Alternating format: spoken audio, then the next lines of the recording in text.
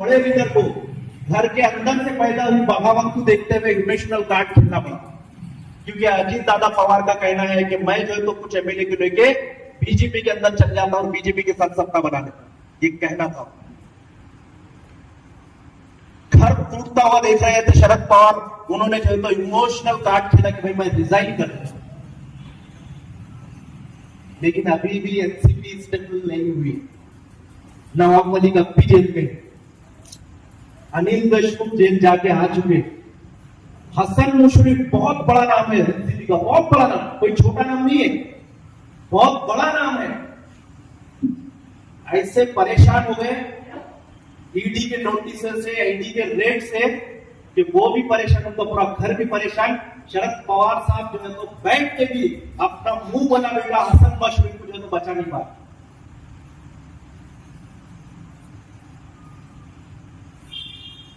आम आदमी पार्टी, जैसा आपने बताया, पहले तो जन आधार नहीं है उनका, फिर भी सत्ता में बैठने के बाद भी कुछ नहीं करता।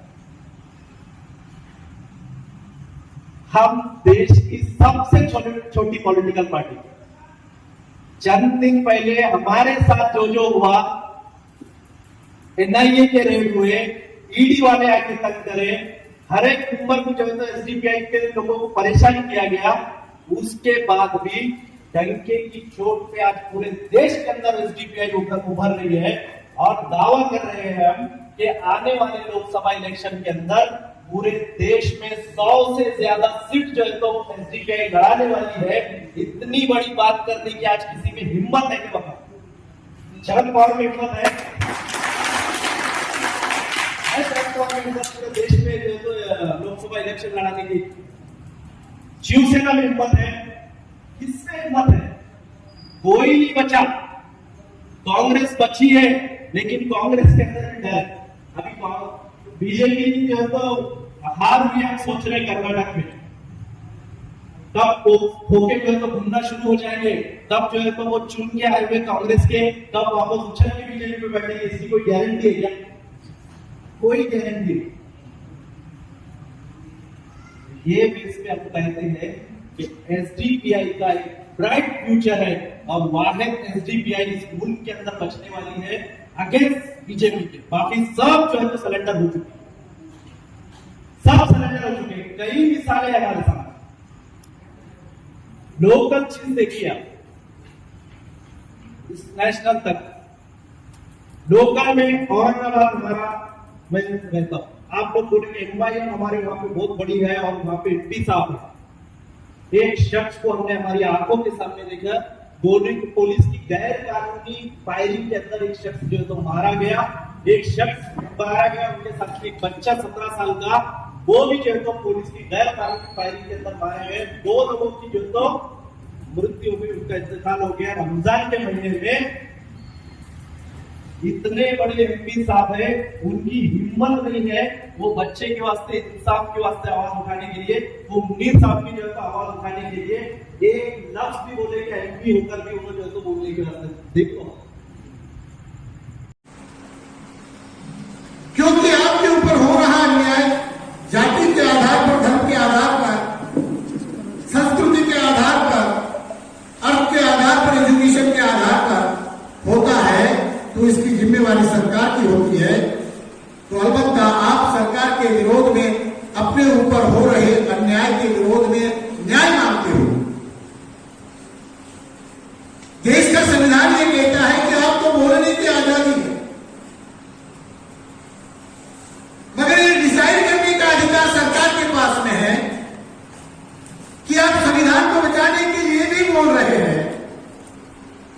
इस देश के मूल निवासी लोगों को, इस देश के लोगों को बचाने की बात कर रहे हैं, उनके ऊपर हो रहे जुल्म के विरोध में बात कर रहे हैं।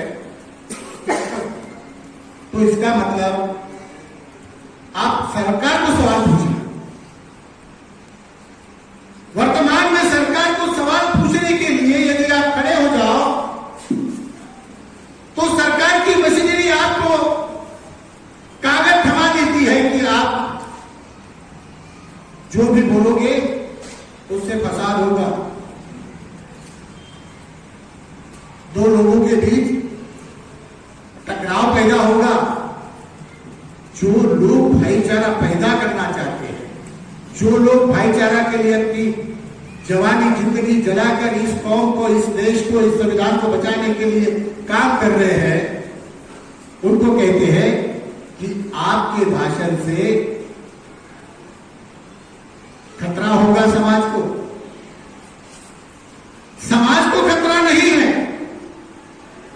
खतरा सरकार को है। समाज के लिए जो लोग लड़ते हैं, समाज के ऊपर हो रहे अन्याय के विरोध में जो लोग लड़ते हैं, उनसे समाज को खतरा कैसे होगा? फसाद करने वाला आदमी, देश के संविधान के विरोध में बोलने वाला आदमी, भारत में कहीं पर भी जाकर आजादी है उसको बोलने की, उसके लिए कोई कानून नहीं है। वो यदि संविधान के विरोध में बोलता है, कोई कानून नहीं है। कर्नाटक में एक विधायक ने संविधान के विरोध में बोला।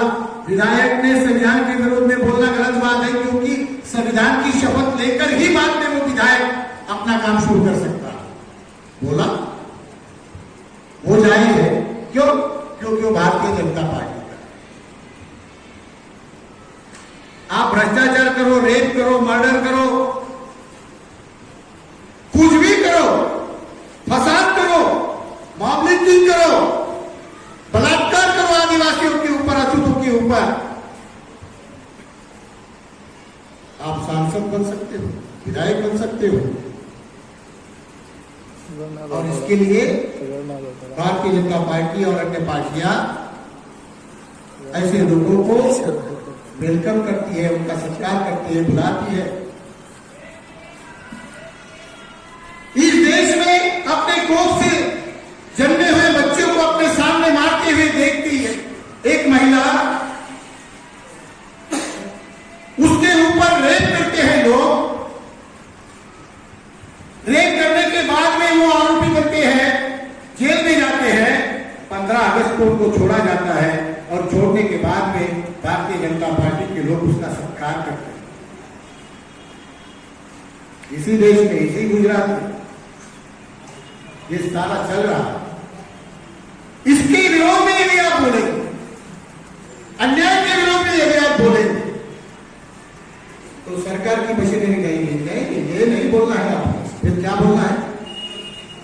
फिर क्या बोलना है? नहीं, आप बलात्कार कर सकते हो, रेप कर सकते हो, कुछ भी करो, मगर सरकार के विरोध भी मत करो।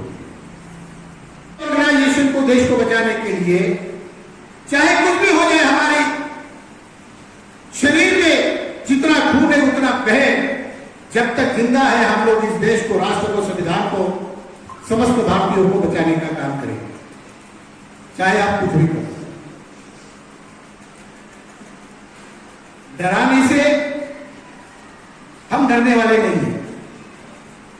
शायद आपने एक त्रिशूल नाम का सिनेमा था अमिताभ बच्चन का, आपने देखा होगा, नहीं देखा होगा मालूम नहीं। आज के प्रोग्राम का जैसे शुरुआत हुआ ताल्लुक से आज यहाँ के लोकल प्रशासन को भी हमने अप्रोच किया था, जहाँ पे शुरुआती तौर पे अल्हम्दुलिल्लाह 3 लेटर हमको मिले हैं 149 के, जो उम्मीद नहीं है, लेकिन इब्तिदाई इश्क है। शुरुआत में लव लेटर आते रहेंगे, हम लोग उसका ये करना है, उसमें कोई बड़ी बात नहीं है, तो उनका काम है, उसका रिस्पेक्ट करते हैं। उन्होंने नया नया नाम सुना है, सिर्फ उनको ये पता होना चाहिए कि इसके आगे बहुत मर्तबा सुनने मिलेगा, तो उसके लिए तैयार भी होना है। सिर्फ इतना है कि इस ताल्लुक से चाहे वो कांग्रेस हो, एनसीपी हो, बीजेपी हो, वहां जाकर उनको नोटिस देने की जरूरत नहीं पड़ती है, क्योंकि उस पॉलिटिकल पार्टीज को उनको मालूम है कि कुछ करते भी नहीं, और करने की ताकत जो है, आज की मुल्क की हालत बदलने की ताकत अगर किसी में है, या इन फैसिस्ट पॉलिटिकल पार्टीज से लड़ने की ताकत अगर किसी में है, तो एसडीपीआई में। इसीलिए जो है इस तरीके का दबाने के लिए वो लोग कोशिश करते हैं, लेकिन हम लोग ये जो 148 नोटिस है मेडल्स की तरह लेते हैं, वो हमारे लिए मेडल्स अच्छा है, कोई प्रॉब्लम नहीं। वैसे भी ना हम कोई भड़काने वाले हैं, ना देश को तोड़ने वाले हैं। जो देश को तोड़ने वाले लोग हैं आज सत्ता में बैठे, हम जानते हैं कि मुल्क की हर चीज के ऊपर, हर मुद्दे के ऊपर, जो भी गंभीर मुद्दा आता है, चाहे फाइनेंशियल हो, इकोनॉमिकल हो, वहां पे जो है हर मुद्दे को जो है आपको हिंदू मुस्लिम के तौर पे देखा जाता है। आवाज आ रही है पीछे? तो हिंदू मुस्लिम करने वाले कौन से पॉलिटिकल पार्टी से? उन पार्टियां हैं सत्ता में बैठे हुए। इस मुल्क को आजाद करने के लिए हर बिरादरी ने, हर जमात ने, हर कास्ट ने, हर धर्म के लोगों ने इस मुल्क को आजाद करने के लिए कोशिश की थी। जहां तक यहाँ बैठे हुए अक्सरियत में मुसलमान में बोलना चाहता हूँ, इस आजादी का, अंग्रेजों के खिलाफ में आजादी का जो पहला बिगुल बजा था वो 1957 में बजा था, 1857। कौन मैंने बजाया था? अंग्रेज राइटर हिस्टोरियन लिखता है कि मेरठ से लेकर दिल्ली तक कोई पेड़ ऐसा नहीं था जहां पे उलमाओं की लाशें न टंगी हो। आप उठा के, इंडियन गवर्नमेंट ने एक आर्काइव के अंदर बुक रिलीज किया हुआ है कि आजादी की लड़ाई के अंदर कितने लोग शहीद हुए उनके नाम है, जाकर उस बुक आपको ऑनलाइन भी मिल जाएगी। शहीद, देश के शहीदों के नाम, इस मुल्क की आजादी के लिए उसमें 60% से ज्यादा मुस्लिम कम्युनिटी के नाम मिलेंगे आपको। ये इतिहास है। लेकिन आज उस दौर में अंग्रेजों के लिए जो गुलामी करते थे या अंग्रेजों के लिए जो काम करते थे, जिन्होंने आजादी की लड़ाई के अंदर रफ्ती बराबर जर्रा भी जिन्होंने मुल्क के अंदर कुछ काम नहीं किया, अंग्रेजों से लड़े नहीं, आज वो आकर जो है ना, आज हमको देशभक्ति का सर्टिफिकेट देने की कोशिश करते या आपकी देशभक्ति साबित करने की कोशिश करते हैं, जिन्होंने सिवाय माफी मांगने के अंग्रेजों के साथ में कुछ नहीं किया। आज समझिए वो कौन लोग थे? वो लोग आज सत्ता में आ चुके जो इस देश को तोड़ना चाहते हैं, इस देश को हिंदू मुस्लिम करना चाहते हैं, इस देश के अंदर अराजकता लाना चाहते हैं। हम जानते हैं इस मुल्क के अंदर ना महिला है, जैसे हमारे कामले साहब ने बताया, किसान। मैं बस एक बात कहना चाहता हूँ, कार्यक्रम पाहत असताना मला फक्त एकच वाटतं की जिंदा, मी सरला मोबाईल देत म्हणलं की जिंदा हो तो अपने समाज के लिए कुछ किया करो, नहीं तो पड़े पड़े कब्र में मुर्दे भी सड़ जाते हैं। 2014 में जब इस देश में 2014 में एक माहौल बना था, तभी मैंने एक कविता लिखी थी जिसमें मैंने कहा था कि कागज पे लिखी गजल बकरी चबा गई और चर्चा पूरे शहर में हुई कि बकरी शेर खा गई। कुदरत का करिश्मा देखो, जो अपने पत्नी का ना हो वो देश का पीएम, और जो किसी की ना हुई वो बंगाल की सीएम। और सब कुछ लौट पड़ रहा है भगवान, सब कुछ लौट पड़ रहा है। चाय से शुरू ये सरकार गाय पर अटक गई और विकास की मम्मी कहीं रास्ते में ही भटक गई। लड़कियां भाव खा रही है, लड़के धोखा खा रहे हैं, सीमा पर जवान गोली खा रहा है, पुलिस रिश्वत खा रही है, नोटबंदीच्या नावाखाली भाजपा के नेता माल खा रहे हैं। और कौन कहता है कि भारत भूखा है? हर कोई कुछ ना कुछ खा रहा है। और फिर भी गजब है, झाड़ू वाला दिल्ली का सीएम है, चाय वाला देश का पीएम है, 12वीं पास देश की शिक्षा मंत्री है, और हम ग्रेजुएट पास बच्चे व्हाट्सएप पे बस ग्रुप खेल रहे, मैसेज डाला कराएंगे। इसके सिवाय देश में क्या चल रहा है? वर्तमान समय में माझं मत एकच आहे, आता तुम्ही सगळ्यांचं मत मला माहित नाही, पण मी आता सर बोलत असताना म्हणलं मी राष्ट्रवादी काँग्रेस पक्षाचा जिल्ह्याचा लोक आहे, पण या कार्यक्रमाला काय आवडलं ते सरांचं एक उत्तर मला फार आवडलं की सवाल वैचारिकता ज्यावेळेस असती, एक सोच वाले लोग होते हैं, अल्लाह रसूल मोहम्मद सल्लल्लाहु अलैहि वसल्लम साथ करते हैं कि आप उस बात की तरफ जो तुम्हें और हमें एक साथ है, या क्या गोष्टीकडे जाए तुमच्या तर माझ्यासारखे आहे। सुबह मेरे घर के बाजू में एक मस्जिद है जिस पर नाम सुनाई देता है कि इलाही तुझे पर निसार जाऊंगा, खुद नबी ने तुझे पुकारा, नसीब हो तो नसीब ऐसा, गुलाम हो तो गुलाम ऐसा। अब अल्लाह